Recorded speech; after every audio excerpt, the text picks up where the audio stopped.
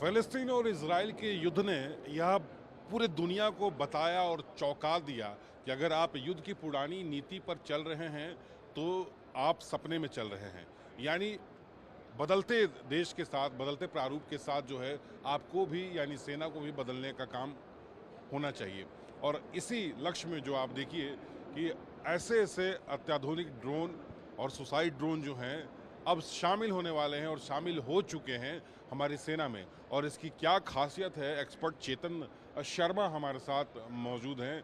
Sir, हमारे दर्शकों को ये बताइए कि नॉर्दर्न एरिया की बात करें, वेस्टर्न एरिया की बात करें, सबसे ज़्यादा दुश्मन वहाँ से घुसपैठ करने की कोशिश में लगे रहते हैं। दुश्मन की चाल होती है कि कैसे यहाँ की ज़मीन को भी कब्ज़ा किया जा सके। तो ऐसे में जो मैं देख रहा हूँ, इसकी क्या ख़ासियत है, हमारे दर्शकों को बताइए। हाँ, मिश्रा जी, बहुत धन्यवाद आपका। मेरा नाम चेतन शर्मा है, मैं WB ग्रुप से हूँ। हमारी कंपनी एक जॉइंट वेंचर है WB ग्रुप ऑफ पोलैंड के साथ। WB ग्रुप पोलैंड का largest privately held defence company है और यूरोप में एक अग्रणी कंपनी है रक्षा क्षेत्र में। हमने इमरजेंसी प्रोक्योरमेंट के तहत ये उपकरण जो आप देख रहे हैं, वॉरमेट कामिकाज़े ड्रोन, ये सुसाइड ड्रोन है, ये भारतीय सेना में सम्मिलित हो चुका है और बहुत अच्छा कार्य कर रहा है। अच्छा, नाम है वॉरमेट। वॉरमेट तो नाम से ही लग रहा है कि वॉर में बहुत ज़्यादा आपका शक्ति। साथी हाँ, आपका जो साथी है युद्ध में, हाँ, वो ये वॉरमेट है। हाँ। ये कामिकाज़े ड्रोन है। इसकी बैटरी लाइफ 60 मिनट की होती है। इसकी स्पीड, क्रूजिंग स्पीड जो है वो पर मिनट 1 किलोमीटर है। तो 30 किलोमीटर जा सकता है, 30 किलोमीटर वापस आता है। और अटैक मोड में इसकी स्पीड 150 किलोमीटर प्रति घंटा ये है। फंक्शन कैसे करता है? क्या रिमोट से ये पूरा फंक्शनल होता है या इसके लिए कैसे, अगर दुश्मन हमारे सामने है, टैंक हम देख रहे हैं, तो हम ये ज़्यादा कोशिश करते हैं कि हमारे सैनिक ज़्यादा से ज़्यादा घायल ना हो, यही हम सोचते हैं। बिल्कुल तो बिल्कुल। हाँ। इसका तरीका ये है कि जो ऑपरेटर होता है, जो पायलट होता है, वो ग्राउंड कंट्रोल स्टेशन के साथ ज़मीन पर रहता है और इसको लॉन्च करता है न्यूमेटिक लॉन्च से। और अपने कंट्रोल स्टेशन में वो देखता रहता है, जो बर्ड को देखता है कैमरा वही उसको भी दिखाई देता है।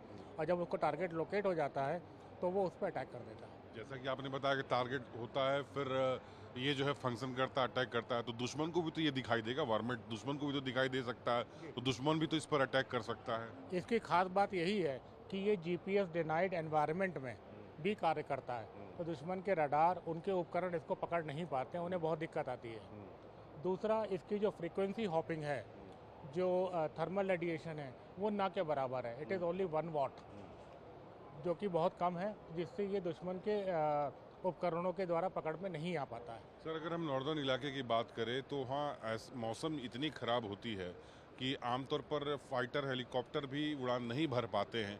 तो उस ख़राब मौसम में ये कैसे हमारे सैनिकों को मदद पहुंचा सकता है? इसकी टेस्टिंग हमने लेह लद्दाख में 4000 मीटर पे ऑलरेडी की हुई है। 4500 मीटर तक हमारा टेस्ट हो चुका है। हमने आर्मी को भी ट्रायल्स के दौरान ये करके दिखाया है। और इसका जो न्यूमेटिक लॉन्च सिस्टम है, वो इसी में इसकी दक्षता है कि ये कम डेंसिटी, कम हवा प्रेशर में भी स्टेबल होकर अपनी उड़ान ले सकता है। यानी अब हाँ, हमारे सैनिकों को पूरी जानकारी दे सकता है। पूरी तो जानकारी ये दे आप सकता है। देखिए कि ये वारमेट है। यानी अगर जितनी चाहे कि घना से घना कोहरा क्यों ना हो, घनी रातें, गहरी रातें क्यों ना हो, उस स्थिति में ये दुश्मन पर अटैक कर सकता है, हमारे सैनिकों को बता सकता है, सैनिकों की तादाद, दुश्मनों की तादाद भी ये बता सकता है। ये भी बता सकता है कि कितनी फुल प्रूफ तैयारी के साथ जो है दुश्मन हमारी तरफ बढ़ रहा है। तो ये हमने आपको दिखाया वारमेट के बारे में पूरी जानकारी दी। कुछ और उपकरण हमारे साथ मौजूद हैं जो कि अभी रसिया का ने इसका इस्तेमाल किया है। चेतन शर्मा हमारे साथ लगातार मौजूद हैं, तो बात करेंगे। सर, जो मैं यहाँ पर देख रहा हूँ, इसका नाम और इसका फंक्शन क्या है? क्या ये हमारे दर्शकों को बताइए और कैसे ये भी हमारे सैनिकों को ये सहायता प्रदान कर रहा है? जी, इस UAV का नाम है फ्लाई आई। हाँ। ये यूक्रेन रशिया वॉर में यूक्रेन द्वारा इस्तेमाल किया गया सबसे सफलतम उपकरण है। और इसकी बैटल में, युद्ध में इसकी सर्वाइवेबिलिटी जो है वो सबसे ज़्यादा अभी तक रही है। ये एक ISR बर्ड है। ये इंटेलिजेंस, रिकॉनेसेंस और सर्वेलेंस में काम आता है। और वॉरमेट और फ्लाई आई आपस में बात भी करते हैं। इसकी एंड्योरेंस 2.5 घंटे की है। और पर ये ग्लाइडर है, अगर आप इसका मोटर ऑफ कर देते हैं तो इसका रिकॉर्ड 9 घंटे तक का है, 9 घंटे तक ग्लाइड करता रहता है हवा में। ये आपके ग्रिड रेफरेंस के हिसाब से टारगेट को लोकेट करता है, उनको जियो लोकेट करता है और वो पास करता है वॉरमेट को। देन द कमांडर डिसाइड करता है कि हमें आर्टी फायर करना है या हमें कोई कामिकाज़े ड्रोन भेजना है या किसी और तरह से दुश्मन पर अटैक करना है। तो ये आपका रिकॉनेसेंस के लिए, इंटेलिजेंस के लिए एक सफलतम बैटल प्रोवन वॉर टेस्टेड उपकरण है।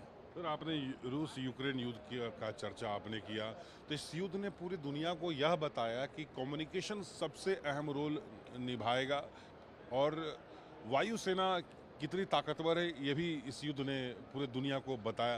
तो कम्युनिकेशंस की अगर हम बात करते हैं तो कितना कम्युनिकेशन हमारे सैनिकों के बीच इसका रहेगा, इसकी ऊंचाई, रेंज के बारे में बताइए, और ये जो रिकॉर्ड करेगा वो कैसे हमारे जो दुश्मन वार जोन में बैठे हैं और हमारे जो सैनिक वार जोन के उसके पास बैठे हैं, कैसे ये संदेश दे सकता है। ये सिंगल मैन ऑपरेटेड यूनिट है, बैकपैक में आता है, कंधे पे लाद के इसको एक सोल्जर लेके जाता है।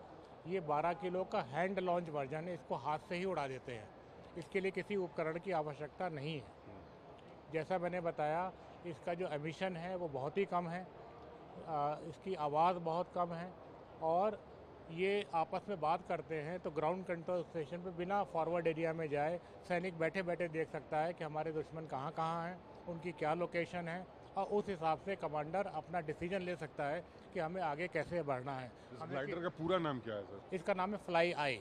फ्लाई आई के नाम। फ्लाई आई। तो जैसा कि हम आपको दिखा रहे हैं कि जैसा नाम वैसा इसका काम, यानी फ्लाई आई, उड़ेगा भी और पूरे इलाके में की जो तस्वीर है ये अपनी आंखों में कैद करेगा और वार जोन में जो हमारे सैनिक बैठे हैं उसको ये पूरी जानकारी देगा। लेकिन आपको बता दें कि ये जो फ्लाई आई जो आप देख रहे हैं, रूस यूक्रेन युद्ध जो कि बहुत ही लंबी लड़ाई जो चली, 1 साल से ऊपर हो गया, 2 साल भी पूरा होने वाला है और ये कयास लगाया जा रहा था कि कब ये ख़त्म होगा, तो रूस के लिए काफ़ी मददगार ये फ्लाई आई साबित हुआ। और अब जो है भारतीय वायुसेना में ये सिंगल सैनिक इसका इस्तेमाल कर सकते हैं, बहुत जल्द शामिल होने वाला है। कुछ और उपकरण हैं, हमारे साथ लगातार एक्सपर्ट चेतन शर्मा मौजूद हैं जो कि पूरी जानकारी दे रहे हैं। सर, ये जो उपकरण है ये किस तरह से भारतीय वायुसेना के लिए ये कारगर साबित होने वाला है और ये क्या है, हमारे दर्शकों को बताइए। जी, ये वॉरमेट उपकरण ही है, ये उसका दूसरा वर्जन है। ये ट्यूब लॉन्च वर्जन है। जिन इलाकों में आप न्यूमेटिक लॉन्च नहीं कर पाते हैं वहाँ पे ये ट्यूब लॉन्च काम आता है। इसको हम किसी व्हीकल के ऊपर भी माउंट कर सकते हैं। इसमें ईओ और आईआर पेलोड है, तो ये दिन में भी, दिन का कैमरा भी इसमें है और रात में भी अटैक करने के लिए इसमें कैमरा है। इसके 30x जूम है।